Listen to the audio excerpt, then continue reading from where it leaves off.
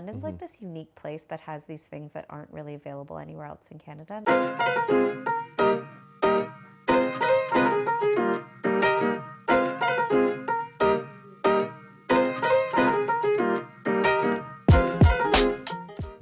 People are so clever. And you go, oh, and then people build on that. And you're like, how did you, such a genius thing. You're so smart. Yeah. And people like build off and then create their own reactionary videos and then make something fully out of it. Completely new. And you're like, what? This is, so I have an unpopular thought. I like AI. Obviously, I don't like the water environmental problem thing because I think people should get to drink water and animals and environments and stuff. So I don't love that. But I feel like it's kind of like when photography was invented, painters were like, damn you. You can now create images and will painting disappear? And it's like, of course it won't. It'll just be its own absolutely insane thing that we can't tell eventually the difference between reality and whatever. So that part's scary, but like as a little like sketch, I like the idea of going, show me a without like painstaking,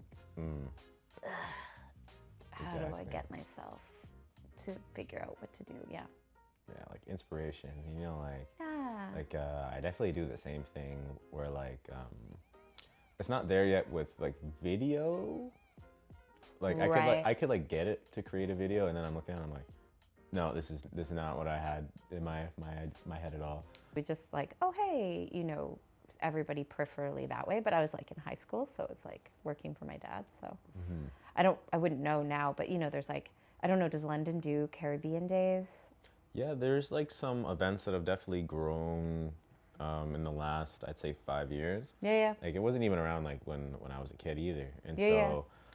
like the only event I remember when I was growing up was Sunfest. And really there wasn't fully Sunfest. There wasn't really anything. Yeah. And then Sunfest is huge. It's so big. And to the point now where like I think they have to start looking at options outside of just the park. Because it's like, it's just packed. It's like the big one, like whereas I feel like it was sort of like Home County and Sunfest, you couldn't really tell the difference because it'd be like vendors, food, music. And you're like, okay, vendors, food, music, what am I at? But now Sunfest is like eclipsing everything. It's massive. It really is. Where could they do it though otherwise? Like Harris Park? Like that's the thing, because you have to find a spot that's bigger than Victoria Park, but you still have amenities. Like and so like with Harris Park, I don't know what it looks like now that they renovated it. Right, but the parking too. Like where would you even park? Like that'd be an obstacle, and we've seen, because I know they do Canada Day and Rock the Park there. Right. It's good for one event stage, but like with something like Sunfest, it does like 5 or 6 different event stages. That becomes kind of a problem, and it's like, could you set up 5 micro stages across Harris Park? I don't know. They used to do like the balloon fest, whatever, when I was a kid.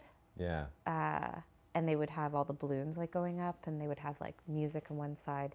My perspective on it as a child is totally different. Like obviously I can't remember, I don't have a good sense of it, but I'm like, I don't know, is it even bigger?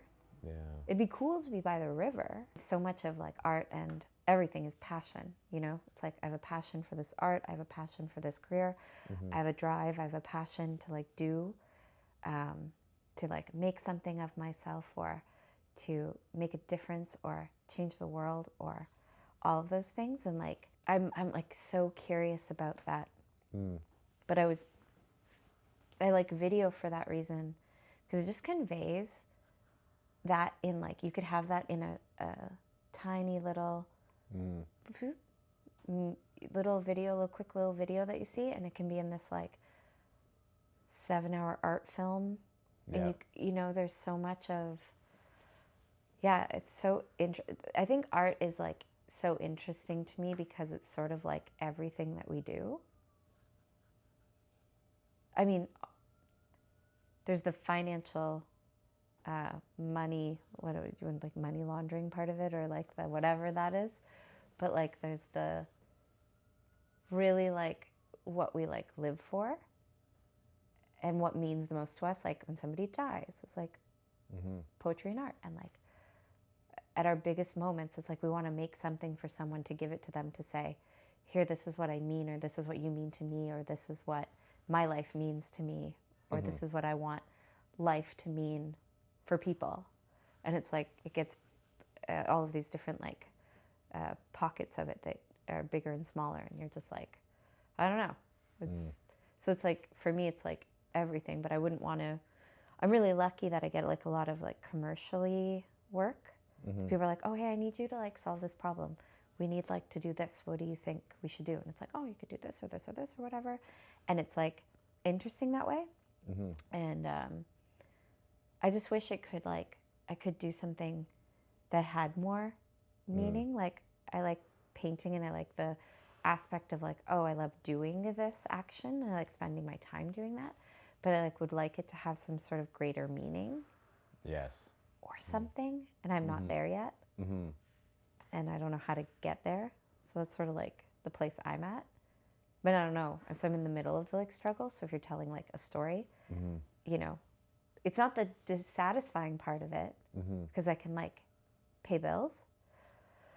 But it's like, I don't know. I wish I could do more with it. So there was this interesting story. You watch like TED Talks and stuff, and sometimes there's like amazing things people say, and it's just like, that's it. And there was this talk that like the Eat, Pray, Love writer Elizabeth Gilbert said, and she was talking about the idea that ideas are going to be born into the world, and maybe the idea comes to you and goes, hello, I'd like to be born.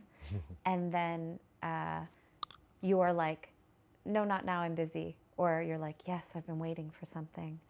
And there was this poet, and she described the process of an idea coming to her.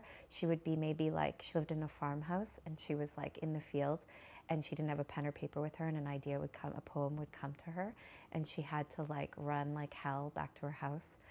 And you know, it's almost like this thing saying, you know, like if you want to be born, like just wait for me. And she would get into the house, and she would almost write that poem backwards to front, because she would be like catching the poem by the tail and like pulling it back toward her, because it was trying to leave her because she wasn't ready for it.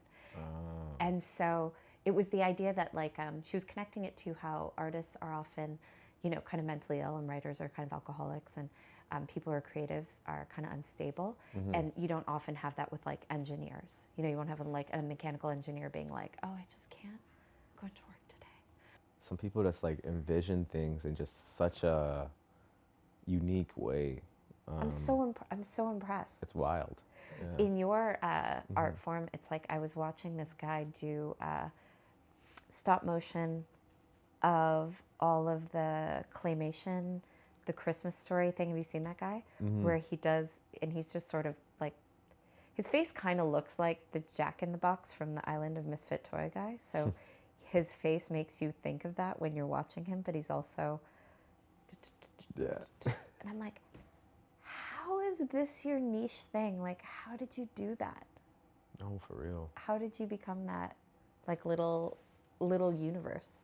It's so niche. Of just that. Yeah, I don't know. And it's cool because, like, you could really tell, like, when someone does something that's, like, really unique or really cool. Yeah. When there's, like, a trickle-down effect where other people are, like, almost basing, like, their foundation off of you. There's, so I feel like in the past, to get inspiration, to be inspired, it's that sort of like, what can I do to like feel something? So it's like some people, it's like the drama and other in their life or whatever. And other people, it's like, you know, you go to a gallery and you are suddenly like, you're witnessing other people's like work, and you're like, oh my gosh, this is so inspiring. I can't wait to get home to do this. Or you're like in nature and you're inspired by nature or whatever. Like, I feel like the art gallery was this like place where you could get it. And now I feel like it's like, except for the accessibility factor of like things I know that, like, you know, when I was in Germany, I saw this video exhibit, and it doesn't exist anywhere. Like, I can't go YouTube this thing by this artist, blah, blah, blah. You like, I guess would have to buy the DVD of it. And sort of like in a Abramovich way, where, you know, performance art, but this was sort of like a pre-filmed thing where they took an art form and then an aesthetic and they like moved them together. So it'd be like pop art and Russian brutalism aesthetic, and there would be this 10-minute short film that was made about it, and every film featured I can't remember the name of the actress, but she's like an elf in Lord of the Rings. Oh. She's like massive. She's like a massive actress, and I want to see this thing again that I saw when I was in Germany, and I'm like, how do I get my hands on this thing that thousands of people have seen, but like nobody I know has ever watched? And like it in the moment I was watching it and I was like, oh, I love and there was maybe like 15 different films, and you would go to each station in the gallery and like watch it for 10 minutes, and it was like loved it. And I like once you go through the like gauntlet of like all of the things, and like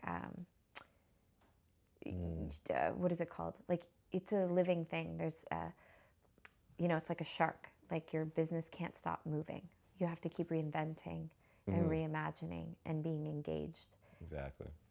You know, it has to keep going. So then like, what's your next version of this? What's the next incarnation of this like thing you're doing? What's the like other connection, bigger thing, or way in which you can like, you know, be of service to yourself and like other people with this like vehicle? And then, you know, maybe you're the person who oh, I'm going to do this and nobody's ever done that before.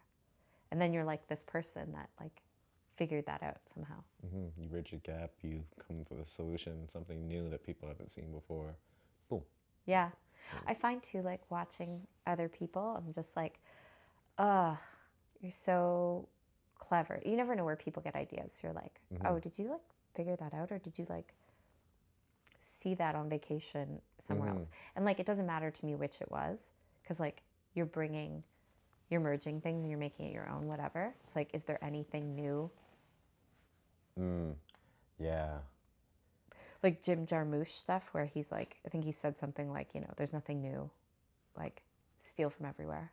Yeah, and like I've heard that, like something similar, where you're at the point now where like so many things have been thought of, there's so many smart people, like you don't necessarily have to come up with something like brand new. It's not brand new. Yeah, because it's already likely been done. You just put your own spin on it. Well, look at Mr. Doodle. I mean, is that not just Keith Haring? It's like, you know, derivative of all of that stuff. But then, like, what was Keith Haring doing? Just what everybody does, which is doodle. So it's like, yeah, anyway. That stuff is always interesting to me because in the style of, you probably go, oh, when you started what you were doing, you're like, oh, I really love this way that this person does this.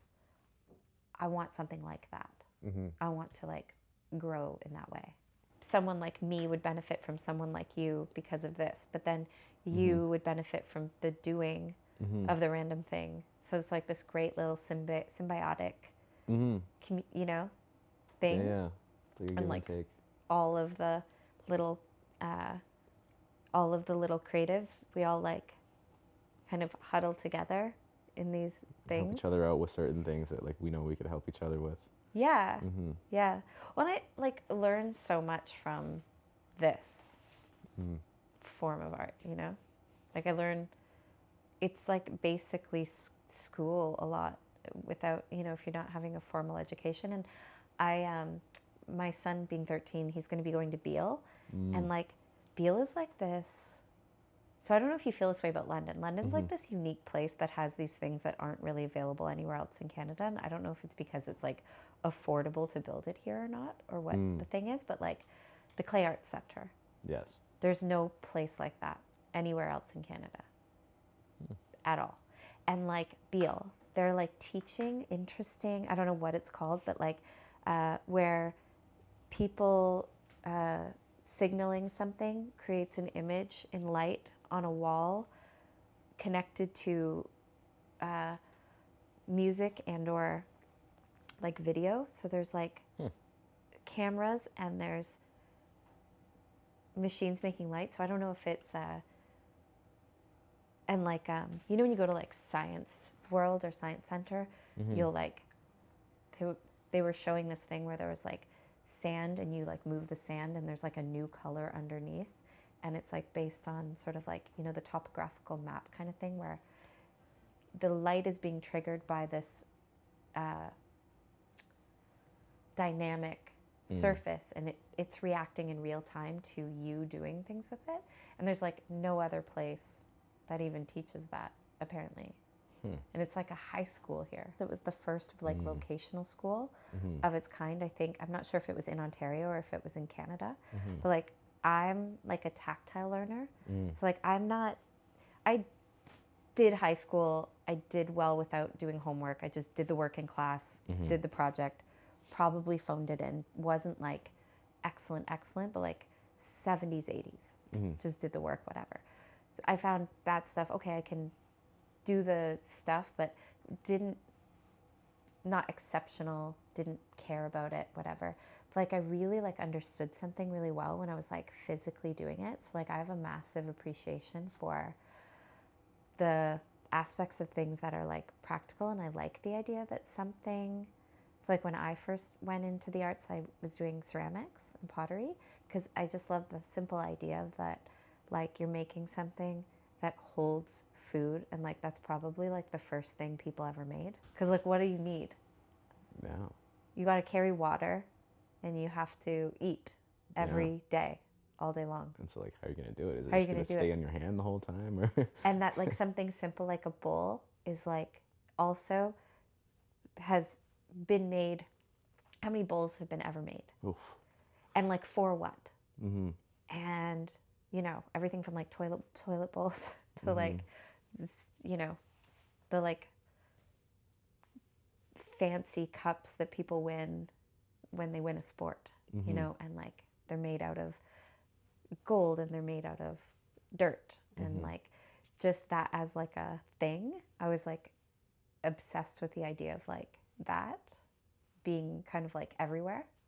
We all touch that kind of thing. So yeah, I thought ceramics was like very, very cool. How do you like take the opportunity to like, you know, you're doing what you're passionate about, you're recording, you're interested in it, and you're like, okay, how do I like make this a thing I can be passionate about every day and like be super engaged and can't wait to wake up and like, oh, I'm going to organize this or whatever. And it's like,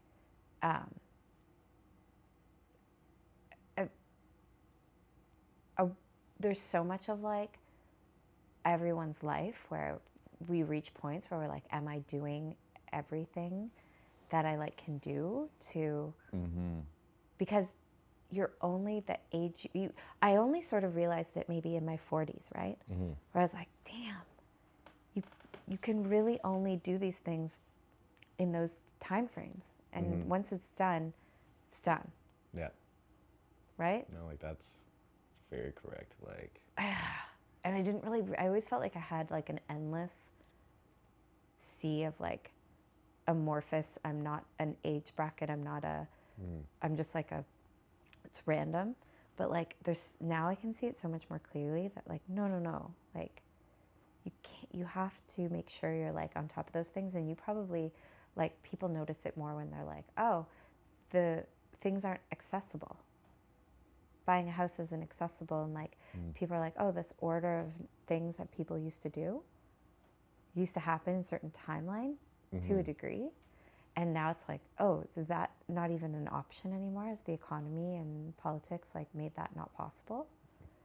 And so like you doing a creative thing with your life, it's like, is that going to be available? I don't know. very much so. I don't know. So like this feels like sort of the technology is getting so good that it makes it so impossible to be your own television station, not television station, but you're your own media. No, quite literally, yeah. Right? Like if you were looking, let's say, I don't know, like 20 years ago, like just before like YouTube and like MySpace. Oh yeah. And it's like doing your own thing, damn near impossible. Right. Or like you'd have to go to school to learn like all the things, and then you're the only person that can do that, and like you couldn't just buy equipment and go. Exactly. Although probably like you just know so much more about this. Like there's a learning curve to like learning how to use like some of the equipment. Right. But like now like it's so accessible where like somebody can buy a camera. You don't even have to buy like this camera. Right. You can buy like a 500, 400, whatever like is in your budget, and Right. you just go around and just like shoot. Totally. And then it's like some of them are just plug and play. You just hit record, or you just hit and take the photo, and it's just that simple. No, totally.